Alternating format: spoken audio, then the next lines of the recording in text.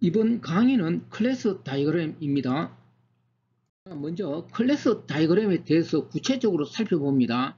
클래스 다이어그램은 사각형으로 표시하고 사각형은 크게 세 부분으로 구성되어 있습니다. 첫 번째 칸은 클래스명이고 두 번째는 속성, 세 번째는 메소드 칸입니다.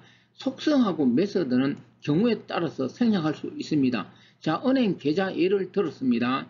계좌에는 계좌 번호가 있고 비밀번호, 잔고 등이 있고 입금, 출금 이런 내용이 있겠죠. 여기 뭐 스트링하고 int 이런 보면 자료형이다라는 걸 알 수가 있겠죠. 그리고 앞에 보면은 빼기 기호, 우물 정착 그리고 더하기 기호가 있는데 이거는 접근 지정을 말합니다. 오른쪽 표에 정리되어 있습니다. UML 클래스 다이어그램에서 접근 지정자 Public, Protected, Private, 패키지 크게 네 부분이 있습니다. 다시 한번 더 이야기하면 Public은 기호 더하기로, Protected는 우물 정자로, 그리고 Private는 빼기 기호로 하고 패키지는 그 파도 기호로 나타냅니다. 자, 그럼 여기서 좀 더 구체적으로 이야기하면은 Public은 모든 객체들이 접근할 수 있겠죠. 그런데 프로텍티드는 자식이 접근할 수 있고 프라이빗은 선언된 클래스 내에서만 접근 가능합니다. 자, 패키지는 무엇을 말하느냐? 생략된 경우인데 다르게 말하면 자바의 디폴트가 곧 무엇이 되느냐? 패키지 개념입니다. 그리고 뭐 접근 지정자는 아니지만 여기 스태틱 하나 더 예를 들었습니다. 밑줄을 치는 거죠. 밑줄을 쳤을 때는 정적 속성 또는 정적 메소드를 나타냅니다. 자, 그리고 이에 정의된 이 클래스 다이어그램을 자바로 구현하였습니다. 아래쪽 자바 퍼블릭 클래스 계좌입니다. 클래스 명이죠. 그리고 프라이빗 스트링 계좌번호, 뭐 나머지는 제가 더 이상 설명하지 않겠습니다. 자, 이렇게 클래스 다이어그램을 그려놓고 그에 따른 자바나 C# 또는 파이썬 등의 코드로 구현할 수 있겠죠. 자, 구현된 결과는 여러분들이 구체적으로 읽어보면 충분히 이해될 것입니다. 자, 이번에는 클래스 다이어그램에서 관계입니다. 일반화 관계, 실체화 관계, 연관 관계, 의존 관계, 그리고 집합, 합성 관계입니다. 이 내용은 시험에 상당히 많이 거론되는 것이죠. 여기서는 간단하게 살펴보고 하나하나 구체적인 것은 뒤에서 정리합니다. 먼저 일반화 관계는 상속 관계를 말하는 것이고 실체화 관계는 인터페이스와 자식 클래스의 관계, 구현하는 관계입니다. 연관 관계는 오랜 시간 소유의 관계를 말하고 의존 관계는 짧은 시간 동안 사용의 관계를 말합니다. 그리고 집합은 생명 주기가 일치하지 않는 특별한 관계입니다. 그리고 합성은 생명 주기가 일치하는 특별한 연관 관계입니다. 오른쪽에 제가 간단하게 먼저 예를 들었습니다. 사람과 자동차 사이의 관계는 연관 관계로 볼 수 있고 자동차와 주유기의 관계는 의존 관계로 볼 수 있습니다. 연관 관계는 실선으로 그리고 의존 관계는 점선으로 그립니다. 자, 이런 내용을 뒤에서 좀 더 구체적으로 살펴봅니다. 자, 이번에는 클래스 다이어그램에서 일반화 그리고 실체화 관계입니다. 먼저 일반화 관계는 부모 클래스하고 자식 클래스의 관계를 말하는데 상속 관계이죠. 그림을 그릴 때는 부모 클래스 쪽으로 삼각형이 가도록 그리는 것이 특징입니다. 그리고 실체화 관계는 인터페이스와 자식 클래스의 관계인데 상속 관계하고 차이점은 점선으로 그리는 것이죠.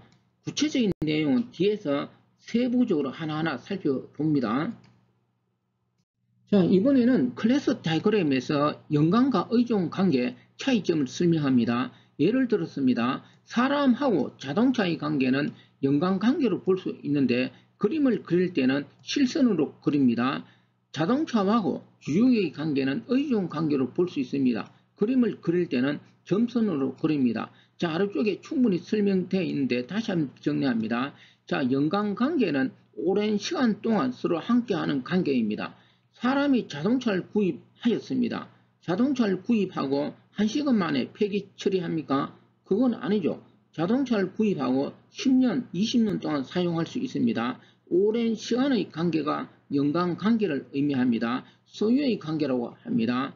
이게 더 구체적으로 이야기하면 원시 코드에서 한 클래스가 다른 클래스의 객체를 속성, 멤버 변수로 가지는 경우가 연관 관계입니다. 이것을 다르게 말하면 연관은 한 클래스가 다른 클래스의 객체를 가진다, 소유한다 이렇게 이야기합니다. 자, 그 다음에 자동차하고 주유기의 관계는 오랫동안 사용하는 관계가 아니죠. 주유하기 위해서는 딱 한 번 사용할 수도 있죠. 해서 이 의존 관계는 두 클래스 사이에 짧은 시간 동안의 관계를 의존 관계라고 합니다. 이걸 좀 더 구체적으로 말하면 어떤 클래스가 다른 클래스의 메소드를 사용하거나 다른 클래스의 객체를 매개 변수로 사용하는 관계입니다. 이 내용은 원식 코드를 보아야 합니다. 아래쪽을 봅니다. 이 연관하고 의존 관계는 더 연관성이 많은 것은 연관관계입니다. 그리고 이 연관과 의존 관계를 더 정확하게 이해하려면 원식 코드를 보아야 합니다. 이 내용은 뒤에서 구체적으로 원식 코드를 가지고 제가 설명하는데 시험에서는 원식 코드를 주고 물어볼 수도 있지만 어떻게 그냥 말로 이렇게 시험에 출제되기도 합니다. 그러면 위에 적어둔 이 내용 기준으로 답변을 하면 됩니다. 다시 한번 강조합니다. 연관관계 이렇게 시험에 말로 출제될 때는 소유의 관계 주로 이렇게 출제되고 의존관계 이렇게 출제될 때는 사용의 관계라고 일반적으로 출제되고 있습니다.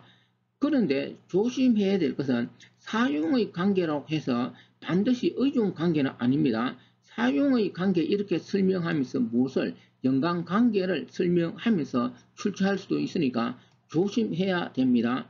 그래서 제가 다시 강조합니다. 일반적으로 이야기할 때는 연관관계는 오랜 시간 동안 관계하는 소유의 관계라고 하고 의존관계는 짧은 시간 동안의 관계, 사용의 관계 이렇게 출제되는 것이 일반적이라는 것이죠. 자, 이번에는 클래스 다이어그램에서 집합하고 합성의 관계입니다. 집합과 합성의 관계는 특별한 연관관계입니다. 먼저 집합입니다. 차하고 바퀴의 관계는 무엇으로 볼 수 있느냐? 집합의 관계로 볼 수 있고 손하고 못하고 손가락의 관계는 합성의 관계로 볼 수 있습니다.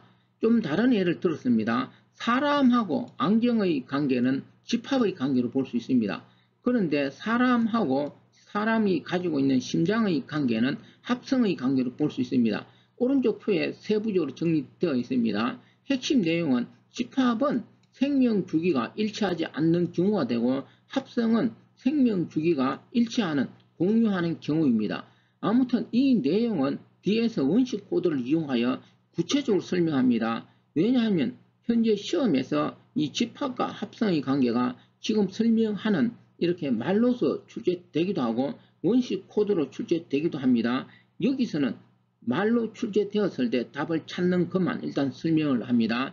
자, 왼쪽 그림을 다시 한번 봅니다. 차와 바퀴의 관계는 왜 생명 주기가 일치하지 않을까요? 차를 폐차시키면서 어떻게 차에 장착되어 있는 바퀴를 빼내서 다른 차에 장착할 수 있죠. 해서 차는 폐기되었지만 바퀴는 어떻게 될까요? 또다시 사용할 수 있습니다. 생명 주기가 일치하지 않는 경우입니다. 자, 이때는 그림을 그릴 때 이 다이아몬드를 빈 상태로 그려야 합니다. 그리고 여기 화살표는 없을 수도 있고 화살표는 여기 있을 수도 있습니다. 이런 내용은 뒤에서 좀 더 설명합니다. 자, 그러면 사람하고 안경의 관계는 당연하게 생명 주기가 일치하지 않겠죠. 사람이 죽었습니다. 사람 죽은 것을 예로 드니까 좀 하지만 이해를 하기 위해서 예를 들었습니다. 안경은 어떻게 될까요? 다른 사람이 사용할 수도 있겠죠. 아래쪽을 봅니다. 이 손하고 손가락의 관계는 너무나 밀접하죠. 손가락이 없는 손을 손이라고 할 수 있을까요? 아주 밀접한 관계입니다. 이런 관계, 생명 주기를 공유한다라고 하죠. 합성의 관계라고 합니다. 합성의 관계는 이 다이아몬드를 어떻게 그려야 하느냐? 진하게 그려야 합니다. 이거는 간단하게 정리할 수 있겠죠. 손과 손가락은 너무나 진한 관계입니다. 해서 다이아몬드를 빈 상태로 그리지 않고 진하게 채우는 상태로 그립니다. 그리고 아래쪽에 역시 사람하고 심장의 관계, 사람 심장이 멈추면 어떻게 되죠? 죽을 수밖에 없습니다. 얼마나 진한 관계일까요? 생명주기가 일치하죠. 해서 사람과 심장의 관계는 집합의 관계가 아니고 무엇이라는 것이죠? 합성의 관계라는 것을 우리는 충분히 이해할 수 있겠죠. 아무튼 여기까지는 집합과 합성의 관계, 말로서 시험에 출제되었을 때 답을 찾는 것을 설명하였습니다. 원식 코드를 이용한 이 내용은 뒤에서 구체적으로 살펴봅니다. 자, 이번에는 클래스 다이그램 연관과 의존에서 방향성입니다. 화면에 그림을 잘 봅니다. 교수하고 학생의 관계를 나타냈습니다. 첫 번째 그림을 보면은 화살표가 있는데 실선으로 이렇게 그려져 있습니다. 이게 바로 교수하고 학생 사이의 연관인데 화살표가 한쪽으로만 이렇게 그려져 있습니다. 단방향 연관이라고 합니다. 그리고 화살표가 양쪽으로 그려져 있습니다. 이거는 양방향 연관이라고 합니다. 그리고 세 번째 그림은 화살표가 아예 없습니다. 이거는 무방향 연관이라고 합니다. 자, 그런데 중요한 것은 여기 양방향하고 무방향은 같은 것입니다. 왜 이 화살표가 있는 것하고 화살표가 없는 것이 같은 것일까요? 화살표가 있는 것은 너무나 뻔하다라는 거죠. 해서 생략할 수 있습니다. 다시 한번 정리합니다. 무방향 이렇게 연관 이야기도 하지만 무방향을 무엇이라고 양방향 연관 이렇게도 이야기하겠죠. 자, 오른쪽을 봅니다. 교수와 학생 사이의 의존 관계입니다. 먼저 의존 관계는 실선으로 그리지 않고 점선으로 그리는 것이 연관하고 의존의 차이점입니다. 연관하고 의존은 앞에서 잠깐 이야기하였죠. 의존보다는 연관이 더 관련성이 깊습니다. 역시 그 방향성도 연관하고 똑같습니다. 양쪽으로 화살표가 있을 때는 양방향 의존이라고 하는데 양방향 의존에서는 역시 무엇을 이 화살표를 생략할 수 있는 것이죠.